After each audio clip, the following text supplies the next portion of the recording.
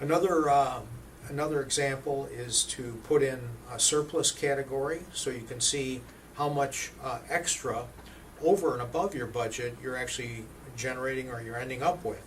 Ideally, you wouldn't want to have a lot of surplus. You should be accurately trending or calculating both your income and your expenses so you don't have a huge surplus left. If you do, there's probably something wrong with your budgeting. I want to wrap up our discussion about budget by talking about really what's the benefit? Why do you care about doing this? Well, there's a number of reasons why. First, it will help you identify with relative accuracy how much your income is each month and how much you're spending each month. So even if it's a little episodic, where it is you can't always track exactly, over time you're going to find that you are getting smarter and smarter about exactly your income and expenses. The second thing, as I pointed out before, is you're going to have a real good idea over time of what you're spending on different categories. So let's say, for example, you have a category that you feel is kind of trivial, like snacks or video games or going to the movies, and over time you realize you're really spending quite a bit of money on something that you thought was a kind of a small component of your budget. This can help you get smarter and help you be more disciplined about your spending, so that if you are spending a lot of money on video games, at least you're consciously doing it. You're not unaware of what you're spending money on.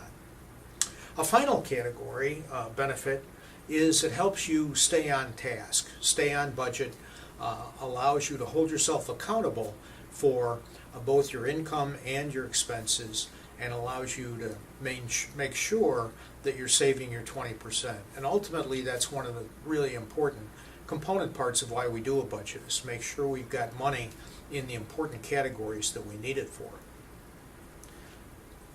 Okay, just want to wrap up by saying at the end of the day, doing a budget not only does not have to be problematic or difficult, but it can be fun to plug in your budget numbers and see how close you're coming at the end of each month.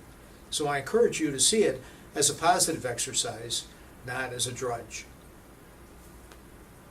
I've got a homework assignment for you. I would like you to, if you haven't done your budget, I would like you to actually work on your budget. So do a budget. Include enough expense and income categories so you've got enough detail to really understand where you're spending your money. And then separately or in an attached sheet, put your list of assumptions together and factor in your probabilities. So if there's only a 1 in 5 chance that you're going to generate a certain amount of income, go ahead and calculate that in. Put in a 20% probability factor so that you're not counting on money that may or may not occur. On the other hand, if you know it's going to occur, if you know a certain expenses are going to occur, put in your assumption that you're certain this is a legitimate expense or level of revenue that you can count on. Finally, and I think this will be helpful for you, I encourage you to take your budget in a spreadsheet form and email it to me at naturist18a@gmail.com. And what I'd like to do is take a look at it. I may massage it or tweak it a little bit, send it back to you with some suggestions. Bella has done that. She showed it to Grandpa, and he, I think, helped her with it, and then forwarded it on to me. I made a few additional tweaks and sent it back.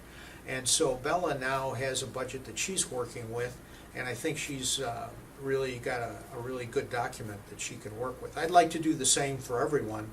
So please work your budget up, send it to me, and I'll send you some thoughts back. One final thought for today is that I wanted to mention that in the past I have told you, and I think this is sometimes seen as a controversial comment, that the only way to genuinely become wealthy in America is to participate in the stock market.